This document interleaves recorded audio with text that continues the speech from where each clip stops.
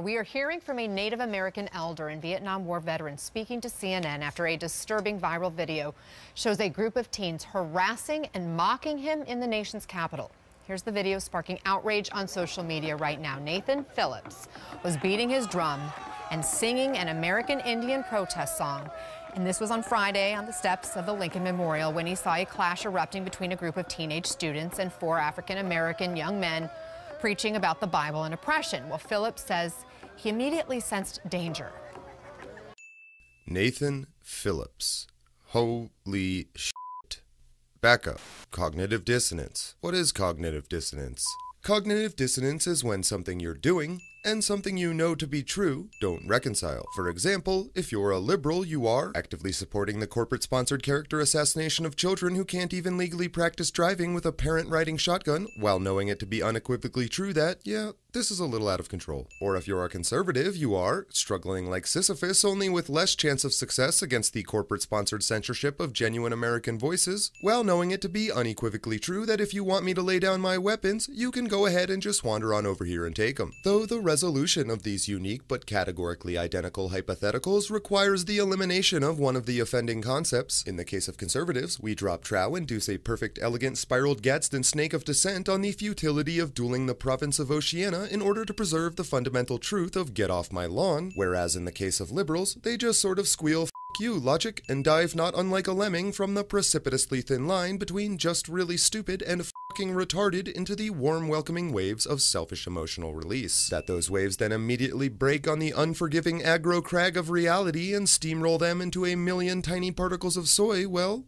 I did say liberal. But either way, whether you're a conservative or late bloomer, all human beings are permanently tethered to this form of resolving cognitive dissonance. Something has to go. When it does, you can move on with your life, but if you don't resolve it, it will sap your energy until you can no longer function and freeze completely.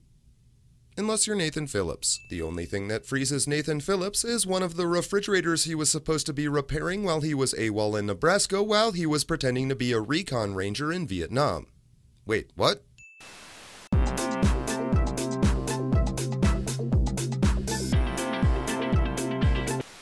No, not yet. You see, everyone got this wrong. Yes, Nathan Phillips was the quote-unquote Native American Vietnam veteran who defended himself against, might have antagonized, purposefully attacked, please don't sue me, Robert Barnes, an innocent group of underage boys from Covington Catholic High School. Yes, CNN did dedicate all $10 billion of their media influence to provide a primetime platform for the rest of the MSM to piggyback amplify both Nathan Phillips' exposure and his autobiographical tween fantasy fiction series about his role in the sting, unplanned random event at the 2019 March for Life. Yes, we will dissect that interview in a minute, and yes, it is going to be unfucking believable, but there's an implicit syllogism here that everyone else seems to have missed. I'm going to lay it out for you now.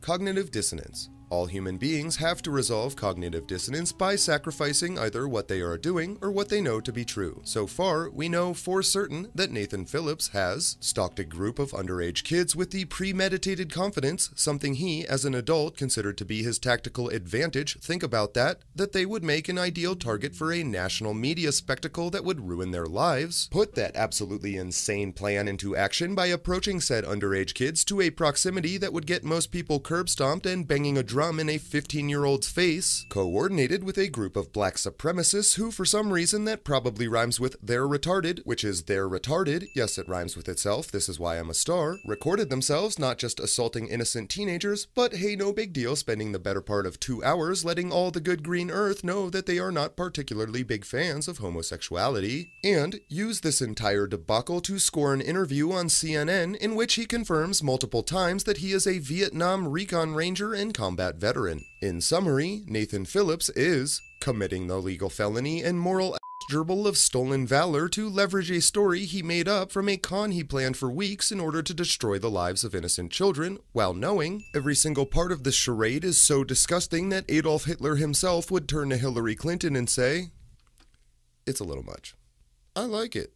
But somehow, Nathan Phillips holds both these irreconcilable concepts and still functions as an ostensibly coherent human being. He is trying to ruin the lives of innocent kids while knowing ruining the lives of innocent kids is both morally and logically reprehensible, and he is A-OK with that. And this means only one thing. Every human being has to sacrifice one of two contradictory concepts if they create cognitive dissonance. Nathan Phillips can hold two contradictory concepts at the same time and still sleep with the blissful peace of Ruth Bader Ginsburg at a critical Supreme Court trial.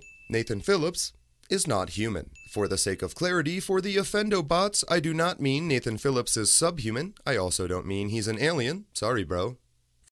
I'm not talking about race, age, political affiliation, any of that. I mean that Nathan Phillips is, and congratulations ladies and gentlemen, and yes, I just assume your genders, you don't usually get to see it just hang itself out like this, evil. If the casual tone lessen that, I'll say again, Nathan Phillips is for real, real life, in the now and in living color, evil. You might be thinking, but John, you're making this all sound a bit ridiculous. Here you are telling me I'm looking at real life evil, which is a little Old Testament for the average video and would be shockingly profound if true, and then you're turning around and doing it in a way that makes it all seem very inconsequential. To that, I might slyly wink at anyone who knows what Nathan Phillips has a room at Hotel California means, then, to the same point, direct you to a brilliant quote by the author of the essay Self-Reliance, Ralph Waldo Emerson. When a resolute young fellow steps up to the great bully, the world, and takes him boldly by the beard, he is often surprised to find it comes off in his hand, and that it was only tied on to scare away the timid adventurers. If this battle is ever going to be won, assuming it's meant to be, which is an infinity for another time, we could certainly use some more resolute young fellows pulling the beards off our anti-adventure matriarchy. So with that, the notion that, yes, Nathan Phillips is textbook dark side and it's painfully unremarkable, now let's go laugh at him. Let's go laugh at him.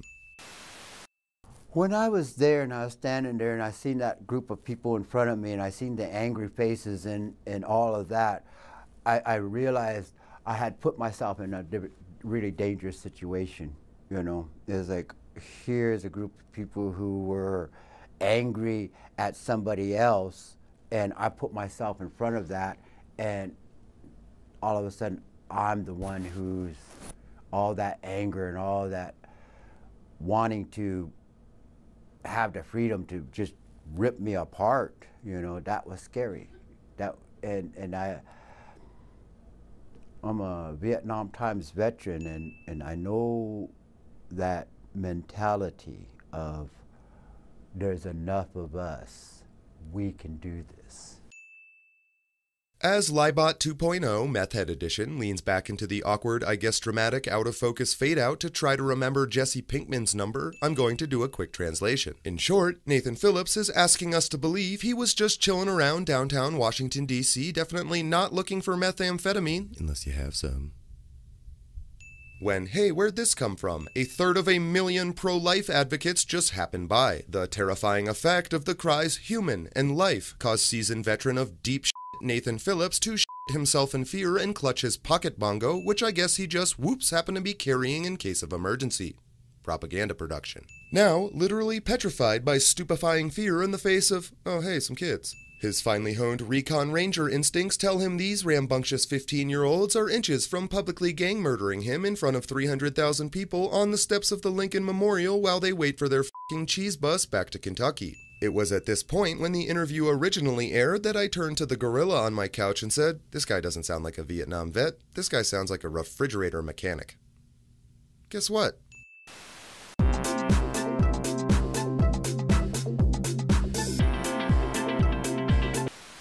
As reported in DCClothesline.com, quote, retired Navy SEAL Don Shipley, who is known for exposing false claims of military service, reportedly got the military records of Native American activist Nathan Phillips and shared his findings Tuesday on YouTube. Shipley said he found Phillips' records, which others have been slow to get because Phillips enlisted under the name Nathaniel Richard Stannard. Said Shipley, quote, he served just under 4 years and was discharged at the exalted rank of private. For 2 days, he served as a rifleman, and then he was transferred to Lincoln, Nebraska. While he was in Lincoln, Nebraska, he served as a refer mech, that stands for refer mechanic. A refer in the Navy and Marine Corps is a refrigerator. He was a refrigerator mechanic in Nebraska. As proof of his trophy hunt, journalistic investigation, Shipley posted multiple layers of scalp dermis, official documents that verified his statements, including this one, which shows that while on a Marine base in El Toro, California, Nathan Phillips, quote, went AWOL a few times. Anyway, as the dust settles and the headline "Racist White Boys Assault Native American Vietnam Veteran" becomes a little more "Racist Methaholic Plays Poor Rendition of We Will Rock You on What's Left of His Emotional Support Cat While Teenagers Wise Beyond Their Years Grapple with Surrealism 101 How to Stop a Four-Dimensional Hypercube of Democrat Media Collusion Headed for Your No Thank You," we have at least established that whatever Nathan Phillips says, we can just go ahead and file it in the place where we say we're going to file things when we're really just going to throw them away. That's it for today. If you enjoyed this content, please like, share, and subscribe. And if you'd like to see more of it, consider supporting this channel on Subscribestar through one-time PayPal donations or by purchasing a shirt or song. I'm John Ward, and until next time, remember, you're a world champion. Don't let your memes be dreams. I stayed outside too long, I got too cold, I froze, I became a whale killer, whale killer, whale.